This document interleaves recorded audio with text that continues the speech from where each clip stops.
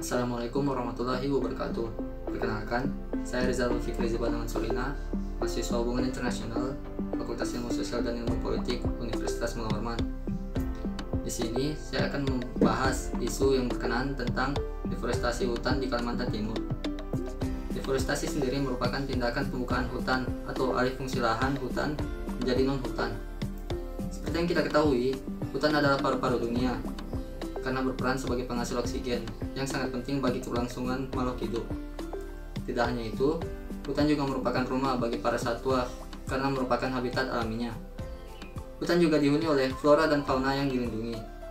Namun, sangat disayangkan banyaknya kasus deforestasi yang terjadi di Kalimantan Timur ini memunculkan dampak buruk bagi hutan dan juga ekosistem yang ada di dalamnya.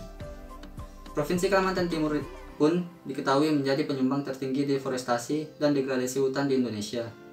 Menurut data dari Forest Watch Indonesia atau FWI, laju pergerakan deforestasi dan degradasi hutan di Kalimantan Timur mengalami peningkatan secara signifikan, yaitu dari 89 hektar per tahun di tahun 2013 menjadi 157 hektar per tahun di tahun 2016. Angka ini hampir 2 kali lipat peningkatannya.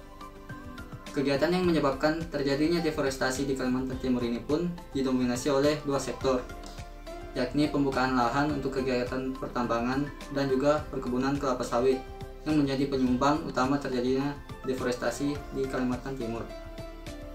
Kemudian, dampak yang ditimbulkan dari deforestasi ini tidak hanya akan dirasakan oleh masyarakat Kalimantan Timur saja, akan tetapi juga akan berdampak secara global. Dampak secara lokal yaitu meliputi hilangnya rumah bagi flora dan fauna yang hidup di hutan Kalimantan Timur yang mengalami deforestasi. Kemudian juga timbul bencana-bencana seperti banjir dan tanah longsor pada saat musim penghujan dan bencana kekeringan pada saat musim kemarau. Untuk dampak global sendiri, deforestasi ini akan mengakibatkan terjadinya krisis iklim dikarenakan hutan merupakan tempat penyimpanan dan daur ulang karbon dioksida yang cukup besar.